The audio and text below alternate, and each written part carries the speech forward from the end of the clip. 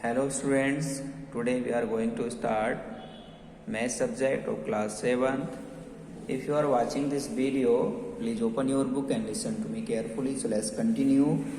So dear students, today we are going to start lesson number 6 which name is algebraic expression. तो बच्चों आज हम algebraic expression क्या होती है, उसमें उसकी क्या क्या प्रॉपर्टीज हैं, उन सब के बारे में हम डिस्कस करेंगे। जैसे तो जो कह रहा है कि how are mathematical expression form, यानी जो मैथमेटिकल एक्सप्रेशन है वो कैसे फॉर्म में होती है। ठीक है, तो जो अलजेब्रिक एक्सप्रेशन में टू थिंग्स होती हैं, एक तो हमारा होता है कांस्टेंट नंबर होते हैं और हमारे वेरिएबल्स होते हैं। ठीक है, तो कांस्टेंट और वेरिएबल क्या होते हैं, तो बच्चों तो जैसे हमारे कांस्टेंट जैसे होते हैं जो काउंटिंग होती है, जैसे 7, 0, 6, 2/9। ठीक है, ये जो भी इस तरह से हमारे वहां पर टर्म आएंगे तो वो हमारे क्या कहलाएंगे, कांस्टेंट कहलाएंगे। और बच्चों जो हमारे वेरिएबल होते हैं, वेरिएबल क्या होते हैं, ठीक है ना, वेरिएबल हमारे जैसे ABCDEF यानी इस तरह से जो इंग्लिश लेटर की फॉर्म में होते हैं वह हमारे क्या कहलाते हैं, वेरिएबल कहलाते हैं। ठीक है, जैसे यहाँ पर कुछ एग्जाम्पल दे रखे हैं वेरिएबल के, जैसे ABC और X, Y, P, Q, R, etc। ये सब क्या है बच्चों, ये हमारे वेरिएबल है और किस किस की फॉर्म में हो सकते हैं, ये 2x, 3/5x माइनस y। ठीक है, तो इस तरह फॉर्म में होते हैं। और ऑल अलजेब्रिक एक्सप्रेशन, तो बच्चे ये क्या है, ये हमारी अलजेब्रिक एक्सप्रेशंस कहलाती हैं।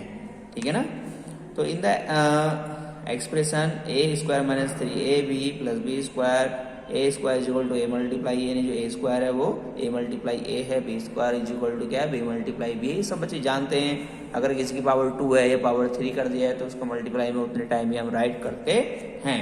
ठीक है ना, तो बच्चों आगे चलेंगे। बच्चों आगे है टर्म ऑफ एन एक्सप्रेशन। अब एक एक्सप्रेशन के टर्म क्या होते हैं बच्चों, टर्म की कैसे पहचान पड़ती है, तो उसके बारे में हम बात करेंगे। जैसे यहाँ पर मैं आपको बताऊंगा, जैसे मैंने बच्चों एक एक्सप्रेशन राइट की 4x² - 3xy।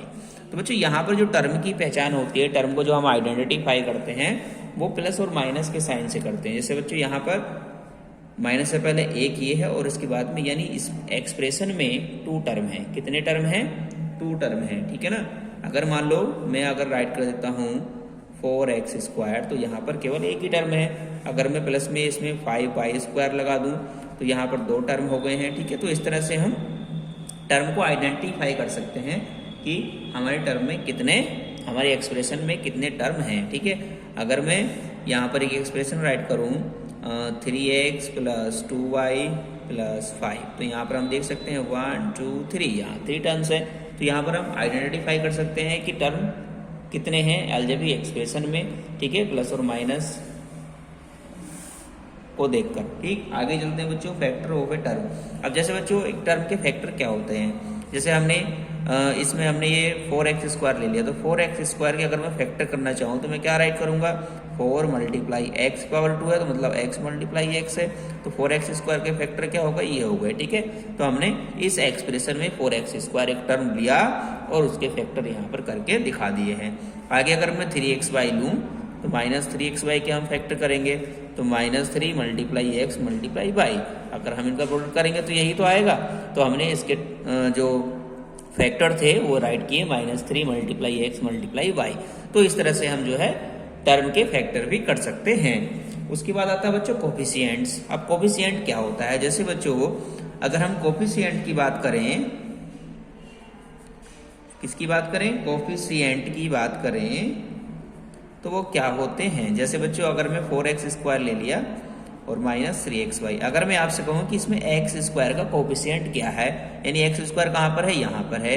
बच्चों x² की मल्टीप्लाई में जो होगा, x² की जो मल्टीप्लाई में होगा वही क्या होगा, उसका कोफिशिएंट होगा। जैसे यहाँ पर x² की मल्टीप्लाई में क्या 4 है ना, तो यहाँ पर x² का जो कोफिशिएंट होगा वो 4 होगा।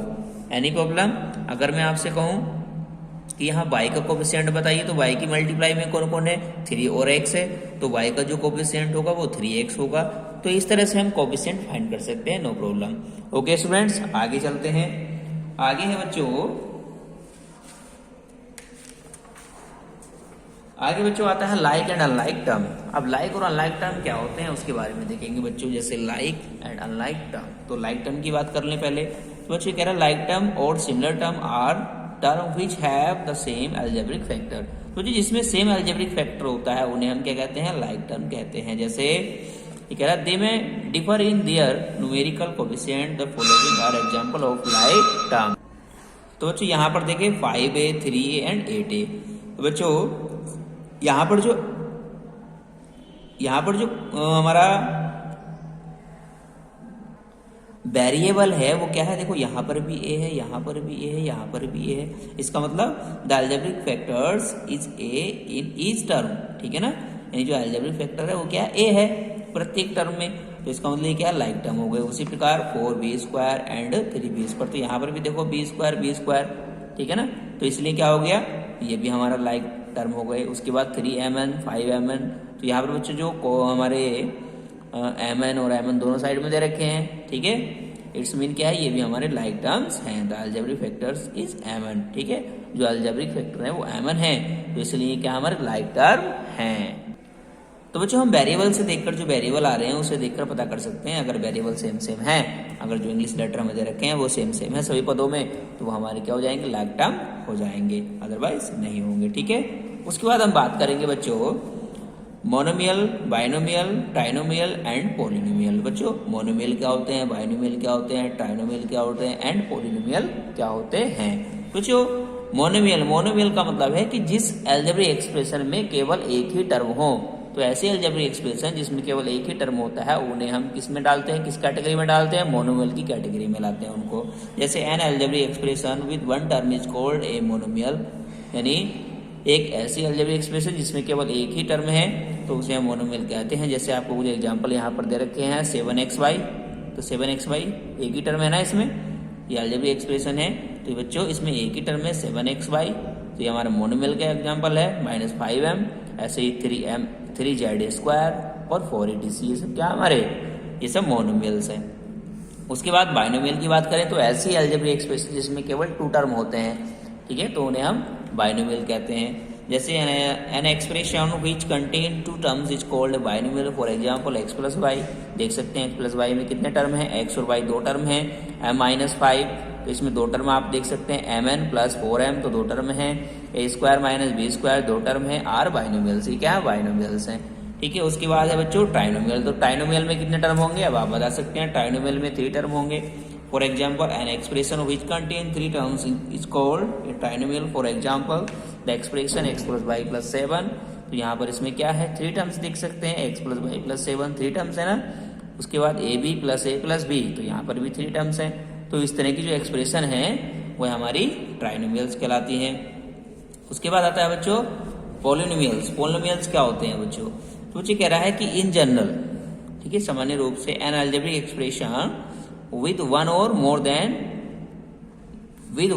more terms is called polynomial। तो बच्चों polynomial क्या होते हैं बच्चों, जिसमें केवल एक पद हो या उससे ज्यादा पद हो, ठीक है, जिसमें केवल एक टर्म हो या उससे ज्यादा टर्म हो, तो वो सब क्या कहलाती है, पोलिनोमियल कहलाते हैं। दस a monomial, A binomial and A trinomial और ऑल पोलिनोमियल, ठीक है, ये सब क्या है, ये भी सब पोलिनोमियल हैं। तो बच्चों मोनोमियल और जी बाइनोमियल, ट्राइनोमियल, ये सब किसकी कैटेगरी में आती है, ये सब पोलिनोमियल की कैटेगरी में आती हैं।